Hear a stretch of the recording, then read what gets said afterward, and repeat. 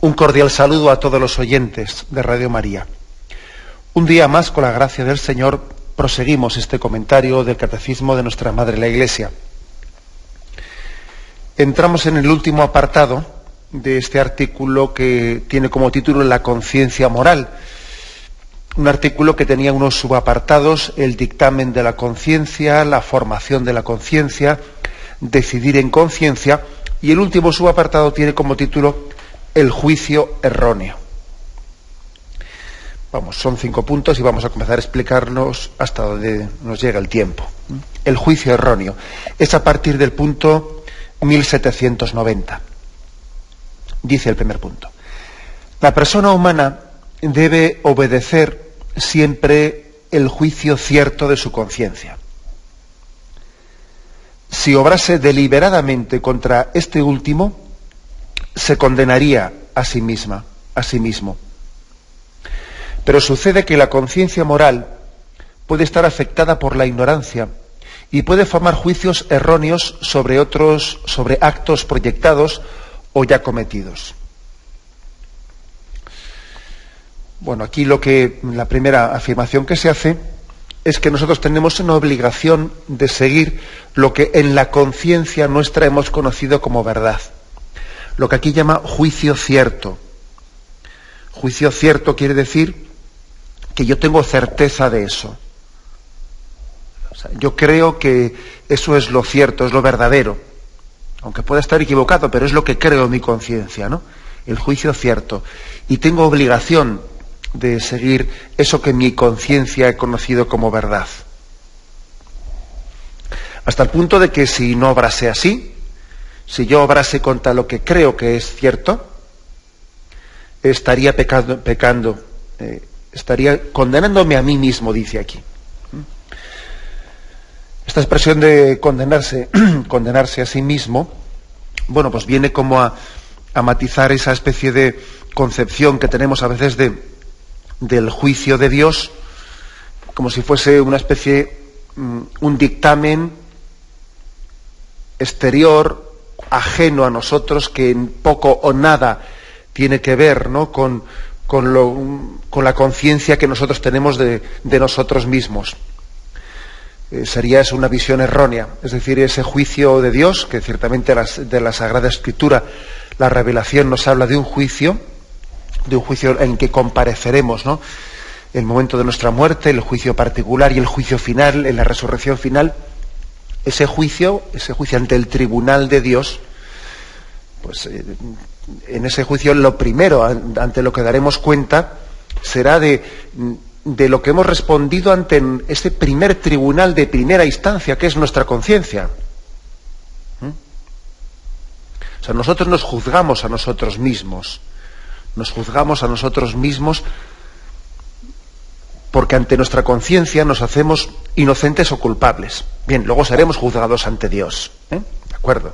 Dios también nos juzgará de cómo hemos sido fieles o no fieles a eso que hemos conocido de nuestra conciencia como verdadero, como bueno, como malo. Pero sería un erróneo pensar que ese juicio de primera instancia que nosotros tenemos ante nuestra propia conciencia y ese juicio último y definitivo ante Dios son dos cosas desconexas, que no tienen nada que ver una con la otra, ¿no? Sería falso tal cosa. Bien, por lo tanto, esta expresión también es buena subrayarla, Si uno de nosotros obrase contra lo que en su conciencia él ve, ¿no?, como cierto, como bueno, como verdadero, se estaría condenando a sí mismo. Estaría pecando contra la luz. Estaría pecando contra eso que él entiende que es bueno y recto y verdadero. Incluso aunque se esté equivocando, porque, ojo, se puede equivocar. Y en la Sagrada Escritura viene un ejemplo que es bastante, más de uno, pero un ejemplo que es bastante claro. El Señor Jesús nos enseñó claramente que esa concepción de pureza e impureza que existía en el Antiguo Testamento, según la cual se declaraban algunos alimentos impuros, pues el alimento, por ejemplo, todo lo que es la carne de cerdo, o determinados determinadas carnes que habían sido inmoladas y que habían sido sacrificadas y que por lo tanto no podían ser comidas, etcétera. Todo eso, esa concepción, Jesucristo en el Evangelio pues la declara abolida.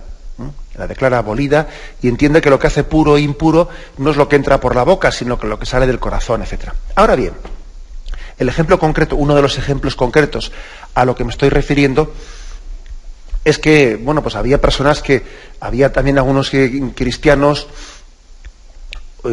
judaizantes o próximos o demasiado apegados a las tradiciones judías que seguían pensando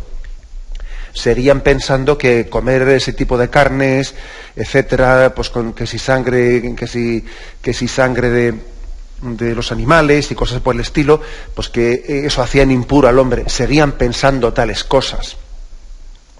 Entonces, claro, hay un momento de polémica en el que el Nuevo Testamento, a las cartas de Pablo, etcétera, sale a colación este tema, y entonces se recuerda, ojo, que si ellos piensan, aunque tengan una conciencia desde luego errónea, porque no es verdad en absoluto, que comer esa carne o esa sangre de esos animales haga impuro al hombre, pero si ellos piensan tal cosa y lo hacen, están pecando contra su conciencia.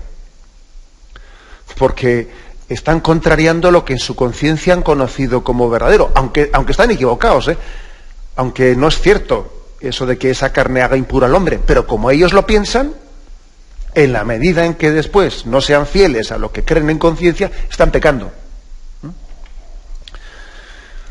Este es un ejemplo concreto, ¿no? Pero como este ejemplo podríamos poner más de uno, Es decir, la conciencia puede estar equivocada. Puede haber formulado juicios erróneos sobre cosas ya realizadas o por realizar, puede tener juicios erróneos. Aún así, en ese caso, la conciencia moral pues tiene también la obligación, ¿no?, de seguir y de intentar ser fiel a lo que ha conocido como verdadero. Bien, damos un paso más. El siguiente punto, en 1791, dice: esta ignorancia, o sea, porque se refiere a esos juicios erróneos, que a veces cometemos en la conciencia, o sea, tenemos obligación de seguir siempre la conciencia. Pero también es cierto que la conciencia puede estar incluso afectada por ignorancia, por juicios erróneos. Esta ignorancia, dice, puede con frecuencia ser imputada a la responsabilidad personal. Es decir, puede haber juicios erróneos en los cuales uno no tenga culpa, pero puede haber otros juicios erróneos que con frecuencia, dice con frecuencia, son erróneos, de acuerdo, mi conciencia está equivocada, pero yo tengo culpa en esa equivocación. Dice así sucede cuando el hombre no se preocupa de buscar la verdad y el bien, y poco a poco, por el hábito del pecado, la conciencia se queda casi ciega. En estos casos, la persona es culpable del mal que comete. O sea, ojo, que sería demasiado cómodo decir, bueno, yo he buscado la verdad y vamos, no sabía o no tenía conciencia de que eso estuviese mal o lo que fuere, ¿no? Dice, ojo, que igual yo también tengo una responsabilidad moral. Dice, en no haber buscado la verdad y el bien, en no haberme preocupado de una búsqueda, de una consulta, de una formación de conciencia, y entonces soy culpable en causa, soy culpable, aunque igual puntualmente en el acto, en el momento en que he obrado mal, ¿no?, en que he tenido un juicio que no es recto, ¿no?, lo que he juzgado en mi conciencia, que es erróneo, igual en ese punto concreto, pues, ahí ya casi ni he tenido culpa, pero sí he tenido culpa de no haberme formado como debiera haberlo hecho. Pues, por ejemplo, es el caso de que por ejemplo, pues igual no acude a la Santa Misa, y además es que no le remuerde la conciencia, pues porque sencillamente parece que no ha sido educado, nadie le ha instruido, o esa persona no se ha instruido convenientemente en la importancia de la Santa Misa, en cómo el Señor nos dijo: haced esto en memoria mía, cómo nos alimentamos de su palabra y de su cuerpo y de su sangre. O sea, no se ha instruido en lo importante que es la Santa Misa para nosotros, ¿no? Ahora, ¿esa persona es culpable o no es culpable? Hombre, ojo, si resulta que a esa persona nadie le predicó y ella no ha sido culpable de esa ignorancia suya, pues no será culpable de no ir a la Santa Misa el domingo. Ahora bien, si esa persona fue irresponsable, ¿no?, y debiera de haber sido más fiel en el conocimiento de Jesucristo y dejó la catequesis a medias y no se quiso formar y por pereza y por otros motivos y por comodidad fue rechazando y fue alejándose de la predicación que le estaban dirigiendo, si ahora ignora que la Eucaristía es tan importante en su vida, también él tiene una culpabilidad, ¿no?, de haber rechazado los medios de formación. Eso es lo que se está diciendo en este punto, el 1791, que con frecuencia esa ignorancia pues puede ser imputada a la propia responsabilidad, en no haber sido diligente, ¿no? Por lo tanto, también podríamos ser demasiado cómodos achacando una ignorancia, que, ojo, la ignorancia puede ser también culpable. En estos casos la persona es culpable del mal que comete. Bueno, lo que ocurre es que solamente Dios podrá juzgar de tales situaciones, solamente Dios podrá juzgar hasta qué punto esta persona tiene su parte de culpabilidad en esta ignorancia que tiene en el momento presente. Solamente Dios es conocedor de todas esas circunstancias, ¿no?, de que si la ceguera que padecemos, si yo soy sujeto paciente o también soy sujeto agente de esa ceguera. Porque hay cosas que solemos al mismo tiempo padecerlas como víctimas y al mismo tiempo las hemos generado como verdugos. Y puede parecer eso una contradicción, pero es que la vida nos lo demuestra. Muchas cosas las padecemos y al mismo tiempo las hemos ido nosotros mismos provocando. Y luego somos víctimas de lo que hemos provocado. Bien, tenemos un momento de reflexión y continuamos enseguida. Pasamos al punto 1792, dentro de este apartado del juicio erróneo de nuestra conciencia. Y dice así: el desconocimiento de Cristo y de su Evangelio, los malos ejemplos recibidos de otros, la servidumbre de las pasiones, la pretensión de una mal entendida autonomía de la conciencia, el rechazo de la autoridad de la Iglesia y de su enseñanza, la falta de conversión y de caridad, pueden conducir a desviaciones del juicio en la conducta moral. Aquí se ha hecho pues un listado especialmente de 6 cosas concretas, no de 6 motivos o 6 causas concretas que pueden conducir, dice, a la desviación del juicio moral, a que el juicio moral vaya por mal camino. Es decir, a equivocarse, pero de alguna manera equivocarse, hacer un juicio erróneo, pero que uno puede tener responsabilidad en ese juicio erróneo. O sea, puede tener, como hemos dicho antes, la responsabilidad de que esa ignorancia, ese error, haya sido por motivo de que él no ha formado bien su conciencia. O ha ido consintiendo ciertas cosas que cada vez le han ido oscureciendo más. Tiene complicidad, para entendernos, ¿no? Complicidad en ese error de su conciencia. No es víctima de un error inocentemente, no, sino que él también ha provocado el error. Bueno, y en este listado, en este punto 1792, vienen 6 cosas. Primero dice, el desconocimiento de Cristo y de su Evangelio. Es curioso, así de sencillo, y además se nos remite a un punto de los primeros del Catecismo, al 133, en el que se hace una cita de San Jerónimo sobre la importancia de conocer la Escritura, ¿no?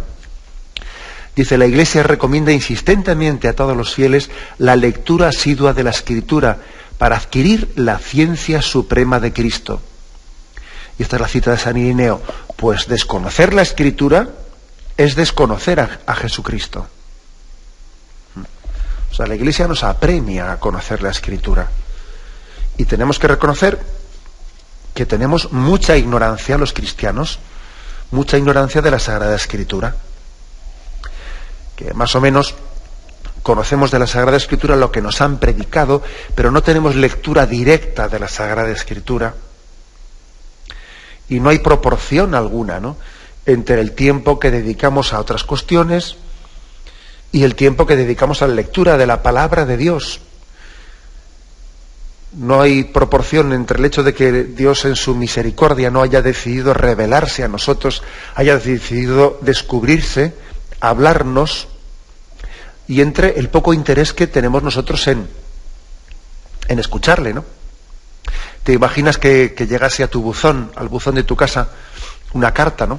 Una carta que está escrita pues con un remite determinado de algún conocido tuyo, de esas cartas escritas a mano, que digo yo que cada vez hay menos, de las escritas a mano, y que tenga tu nombre, ¿no?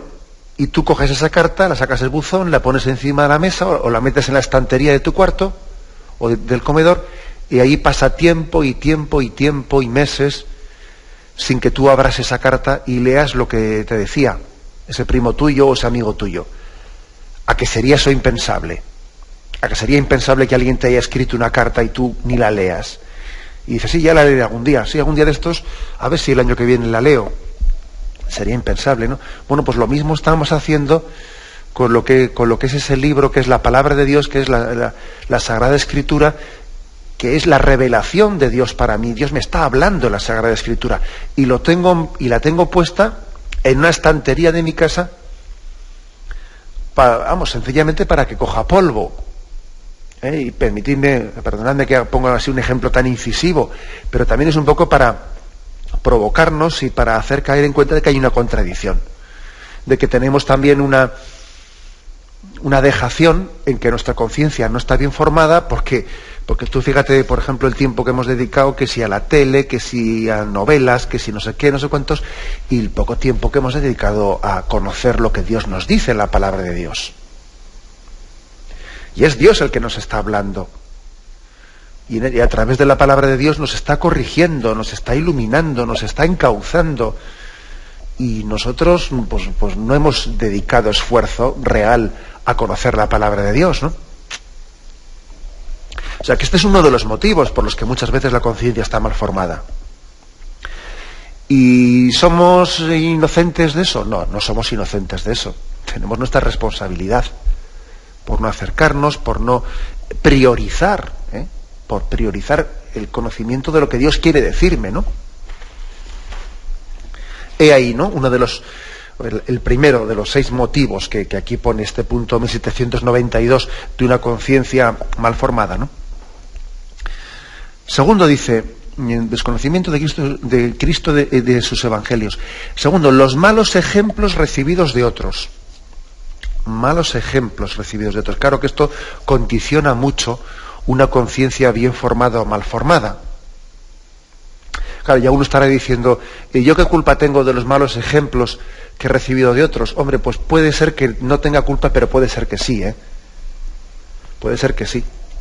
Bueno, por ejemplo, que un niño haya tenido pues una familia en la que ha tenido unos padres que no son nada ejemplares, la verdad es que el niño poco a culpa va a tener de eso. Poca culpa. Pero también hay otra realidad, que a veces también somos, no, como ha dicho antes, no únicamente somos víctimas, sino también somos cómplices de ello. El hecho de que uno puede sentirse, entre comillas, más cómodo entre unas malas amistades que entre unas buenas amistades, porque las malas amistades me justifican, mientras que las buenas amistades de alguna manera me delatan, de alguna manera me están remordiendo la conciencia, me están exigiendo más. O sea, a veces uno se acerca a la oscuridad para no sentirse denunciado por la luz. Eso puede ocurrir. Puede ocurrir también que los malos ejemplos o los malos ambientes de los que yo me he rodeado hayan sido también pues una búsqueda o una huida de una mayor exigencia. Uno huye de un ambiente en el que sabe que eso le exigiría más, buscar ese ambiente de mayor santidad, etc. A veces huimos de la luz. A veces huimos de la luz sencillamente pues porque estamos huyendo de una mayor autoexigencia. También los malos ejemplos, por lo tanto, pueden ese autojustificarse, ¿no?, dentro de un clima de falta de exigencia, podemos tener culpabilidad en ello. Fijaros cómo dice el refrán eso de mal de muchos, consuelo de tontos. Bueno, a veces uno se siente a gusto en medio del mal de muchos, ¿no? Es más, porque dice, si yo tengo la camisa sucia y me junto en un ambiente en el que más o menos todo el mundo tiene sus manchones, ¿no?, pues hombre, paso desapercibido. Pero claro, como me junte yo en medio de un ambiente que la gente va con la ropa limpia y soy yo el que estoy ensuciado, pues ya vas a ver tú a ver cómo estoy llamando la atención, ¿eh? Ese es un misterio, ¿no?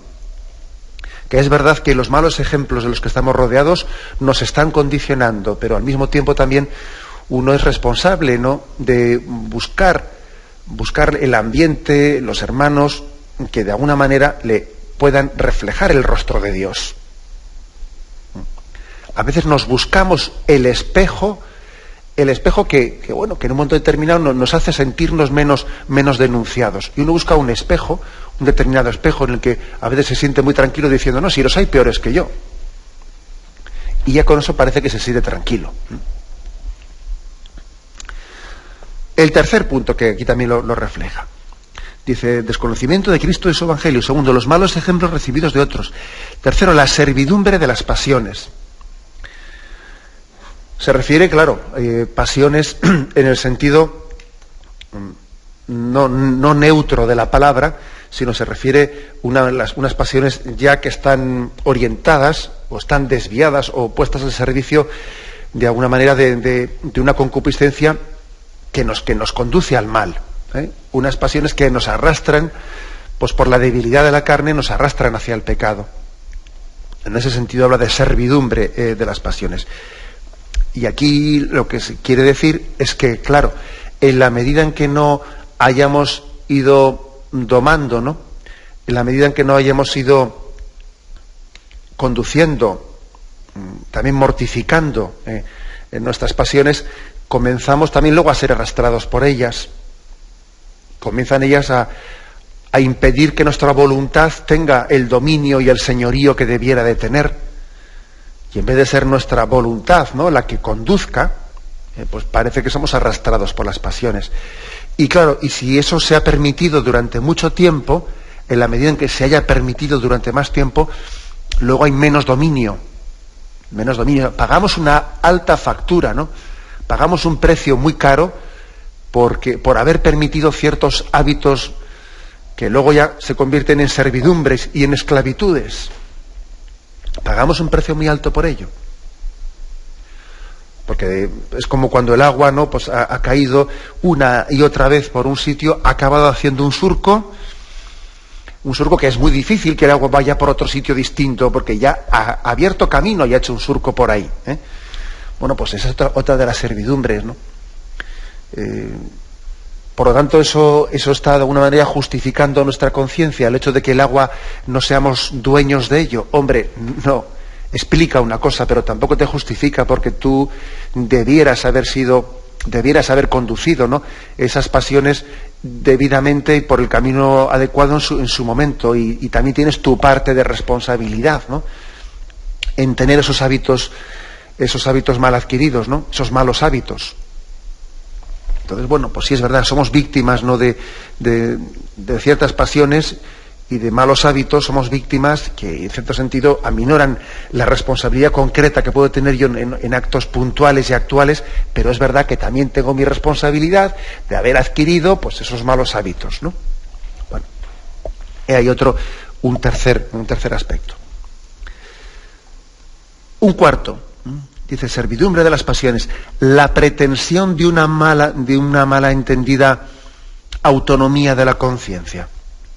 Otra cosa que también nos hace daño, ¿no?, el decir, bueno, ya veré yo en mi conciencia, o sea, el tener una actitud muy autosuficiente, ¿no?, autosuficiente de no dejarse iluminar, de pretender que yo tengo que ser el que descubra, el que explore, el pensar que la conciencia es autónoma, como si la conciencia fuese la que crease el bien moral, ¿no?, en vez de recibirlo y aplicarlo en obediencia y en docilidad, ¿no? una concepción que está, bueno, pues extendida, ¿no?, en nuestra cultura soberbia y autosuficiente. Hay también otra de las cosas que pueden llevarnos a muchos juicios erróneos, ¿no? Una concepción, pues, un tanto liberal, como si el hombre fuese autónomo en vez de ser criatura, ¿no? O sea, es olvidarse de la creaturalidad, ¿no? Nosotros somos criatura y eso es lo básico, y una criatura tiene inscrita en su naturaleza, pues, las leyes del Creador. Claro, o sea, es muy importante subrayar la creaturalidad del hombre, ¿no? Es como un coche que ha sido hecho por un ingeniero. Pues el coche es imposible que se conozca a sí mismo si no conociendo la mente con la que el ingeniero la creó. Yo no puedo conocerme a mí mismo y no puedo conducirme a mí mismo sino desde esa visión y desde esa finalidad y desde esas leyes con las que quien me creó y quien me diseñó y me dio una vocación en la vida, ¿no? Pues eso es lo que es la criatura. La criatura no es autónoma, sino que tiene que partir de esa dependencia del Creador, ¿no? Y eso no le quita dignidad, no, todo lo contrario. Ser hijo de Dios y ser criatura de Dios eleva inmensamente nuestra dignidad, ¿no? Pero una tendencia, pues, soberbia en nosotros parece que pone en competencia la dignidad del hombre y la sumisión a Dios, como si en la medida en que tú te sometieses más a Dios y fueses más dócil y obediente a Dios, fueses menos tú mismo. Y es todo lo contrario. El hombre tiene más dignidad y es más él mismo cuanto más hijo de Dios es y más docilidad tiene a Dios. Uno de los goles más grandes, ¿no?, que se nos ha colado en esta cultura nuestra es contraponer, como si fuesen dos conceptos que son contrariados uno contra el otro, contraponer dignidad del hombre y docilidad a Dios o sumisión a Dios. Y no es verdad. El mayor garante de la dignidad del hombre es Dios, nuestro Padre Dios. Él es el que garantiza al hombre. Sin Dios no hay ni hombre. Sin Dios no hay ni hombre, ni dignidad de hombre, ni hombre siquiera, ¿no? Bueno, pues he aquí otro de los aspectos, el cuarto, dentro de esta lista que en el punto 1792 se hace de cuáles pueden ser los motivos por los que vamos deformando nuestra conciencia, ¿no? O nuestra conciencia termina siendo errónea, ¿eh? El cuarto es este en concreto: la pretensión de una mala entendida autonomía de la conciencia. Tenemos un momento de reflexión y continuaremos enseguida. Continuamos comentando este punto 1792 del Catecismo, dentro del apartado del juicio erróneo. Es un punto que está explicando motivos y causas por los que nuestra conciencia puede ser errónea, por los que nuestra conciencia puede hacer juicios equivocados, ¿no? Algunas veces decíamos que puede ocurrir que puede haber una ignorancia inculpable, pero que muchas veces, con frecuencia, dice el Catecismo, ese juicio erróneo de nuestra conciencia puede tener también su complicidad, ¿no? Podemos tener complicidad, dice aquí, en que hemos desconocido la palabra de Cristo, en también complicidad con algunos malos ejemplos que hemos recibido, con la servidumbre de las pasiones, con la pretensión de una mal entendida autonomía de la conciencia. Y seguimos adelante, dice también rechazo de la autoridad de la Iglesia y de su enseñanza. Porque es claro, vamos a ver, una de las encomiendas que le hizo Jesucristo a su Iglesia fue la de ser madre y maestra. Madre y maestra. Y claro, yo no sé por qué nos quedamos mucho más con lo primero que con lo segundo, ¿no? Queremos una madre, pero que no nos enseñe o no nos esté también marcando el camino que hemos de seguir. A veces recurrimos a la figura de la madre un tanto manipulándola, ¿no? Quiero una madre, pues, que me seque las lágrimas, que me dé cariño. Quiero una madre que me consuele, que sea refugio de mis momentos de agobio. Quiero una madre que sea paño de lágrimas y que sea, pues, consolador para mí, ¿no? Pero, sin embargo, me resisto a que la madre ejerza también de maestra, ¿no? Y que me indique el camino recto y que me enseñe a distinguir entre el bien y el mal y que me dé también no pautas pues para ir creciendo en la santidad y para una mayor autoexigencia. A veces nos acercamos a la Iglesia, bueno, pues queriendo tener en ella únicamente una faceta de las que el Señor le ha pedido, ¿no? que ejerza con nosotros, pero olvidando otros aspectos como este en concreto que he dicho. La Iglesia, para ejercer esa maternidad que Cristo, ¿no? pues le ha encomendado para ahí tienes a tu hijo, cuida de tu hijo, ¿no? como le encomendó a María, también tiene que ser maestra en el cuidado del depósito revelado y de ir indicando, ir discerniendo en materias de fe y de moral, pues cuál es el camino recto para el hombre. Y bueno, y por eso la Iglesia tiene que ir iluminando desde la luz del Espíritu Santo las realidades concretas que que hoy en día el hombre tiene que ir afrontando, ¿no? Y por ejemplo, pues la Iglesia, para que los católicos puedan ir formando un juicio de conciencia bien formulado y no erróneo, va iluminando distintos aspectos. Y por ejemplo, actualmente pues ha ido también formulando un cuerpo doctrinal sobre aspectos de bioética, pues que antes igual no eran necesarios, porque esos temas ni siquiera existían ni estaban planteados, ¿no? Pero hoy en día la Iglesia tiene que hablar, por ejemplo, tiene que iluminar el aspecto de la bioética para defender la dignidad del ser humano desde su concepción, para defender lo que es un embrión, hablando, por ejemplo, y mostrando también a la luz de la revelación por qué ciertos aspectos son inmorales, como la clonación del ser humano, por ejemplo, o cómo también el enfermo debe de ser respetado, ¿no? y tratado con dignidad en las enfermedades terminales que pueda tener, etcétera. Todos esos aspectos la Iglesia está llamada también a iluminarlos, ¿no? a defender el depósito de la tradición de la Iglesia y al mismo tiempo a continuar iluminando las realidades actuales, pues desde esa luz de la revelación que hemos recibido de Jesucristo. Bueno, pues he aquí también uno de los motivos por los que nuestra conciencia puede estar mal formada, porque no se reconoce esa autoridad de la Iglesia, o aunque se reconozca, pues casi se desconoce. Pero claro, de poco me sirve que en teoría la reconozca si luego no hago ningún esfuerzo de acercarme y ver también lo que la Iglesia, por ejemplo, ha enseñado sobre estos aspectos de bioética, del respeto a la concepción del hombre, el tema de la eutanasia, etcétera. Hay una autoridad magisterial de la Iglesia que ilumina estos aspectos concretos, y por ejemplo que un católico él se haya hecho una idea autónoma pues sobre, por ejemplo, qué opina él pues de los embriones que están congelados pues en determinadas clínicas, ¿no? Y que él se haya hecho una idea sobre qué juicio moral merece eso, o la utilización de embriones para la experimentación. Un juicio moral sobre un aspecto como eso, sin haberse dejado iluminar, ayudar en su juicio de conciencia por su madre Iglesia, una madre Iglesia que ha recibido de Jesucristo la tarea de enseñar y de ir iluminando la conciencia de sus hijos, pues es que hay que decir que ese católico no tiene la conciencia suficientemente informada, y que si su juicio de conciencia resulta erróneo o mal formulado, pues puede tener culpabilidad de tal cosa, porque no se ha informado, no ha contrastado un poco su opinión, su sensibilidad con lo que el magisterio de la Iglesia, de la cual él es hijo,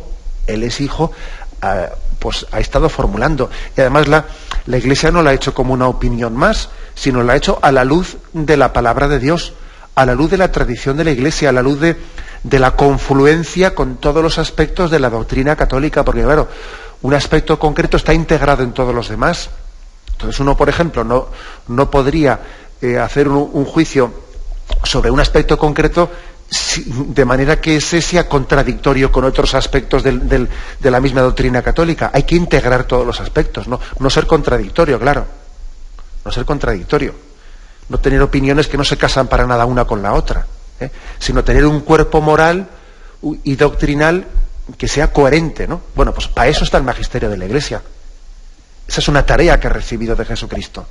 Y un católico tiene que recurrir a ese magisterio no como una opinión más, ojo, no como una opinión más, ¿no?, sino sintiendo que es para él una luz vinculante, le vincula, porque tiene esa autoridad del Espíritu Santo, una autoridad que el Señor ha prometido para su Iglesia, ha prometido que no nos iba a dejar solos. Yo os enviaré el Espíritu Santo, y Él llevará a su término todo lo que yo os he enseñado.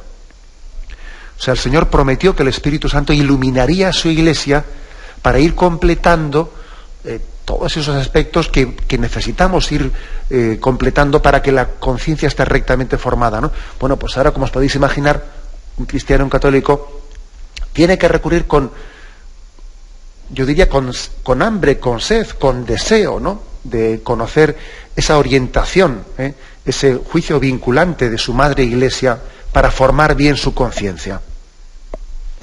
Y si no hacemos tal cosa, pues también tenemos culpabilidad.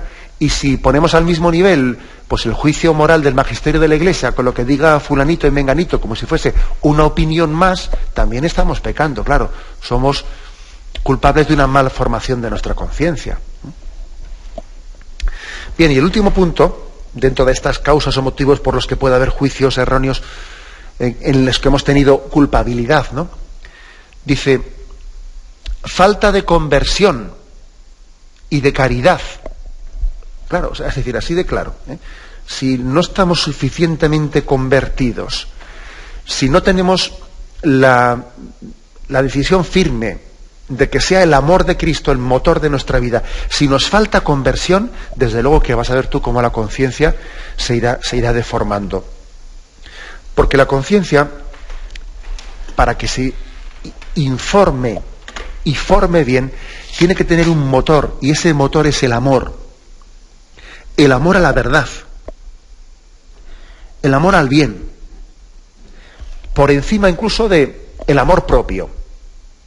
Y cuando uno no está suficientemente convertido, es decir, cuando su amor propio está por encima del amor a Dios y el amor al prójimo, pues es que es muy difícil que su conciencia la forme bien, porque irá buscando una conciencia que de alguna manera lo que le va a hacer es pues excusarse y autojustificarse.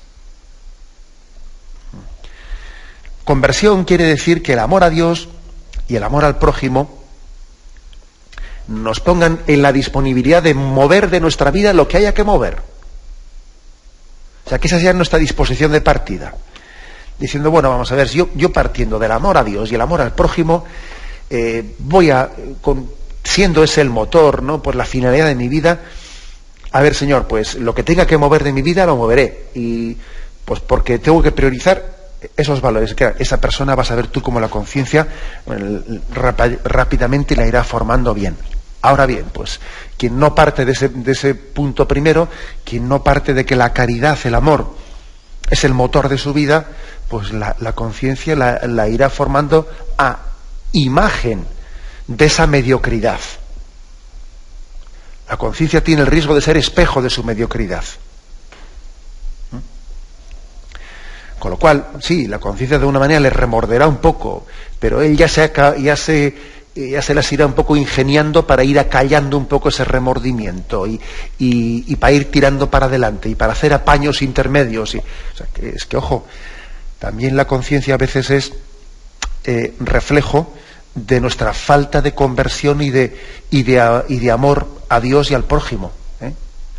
Es como un espejo de ese no amor a Dios o de ese amor a Dios, ¿no? Bien, pues fijaros que es un repaso importante, ¿no?, el que este punto 1792 ha dado. 6 causas, ¿no?, me quedan ellas.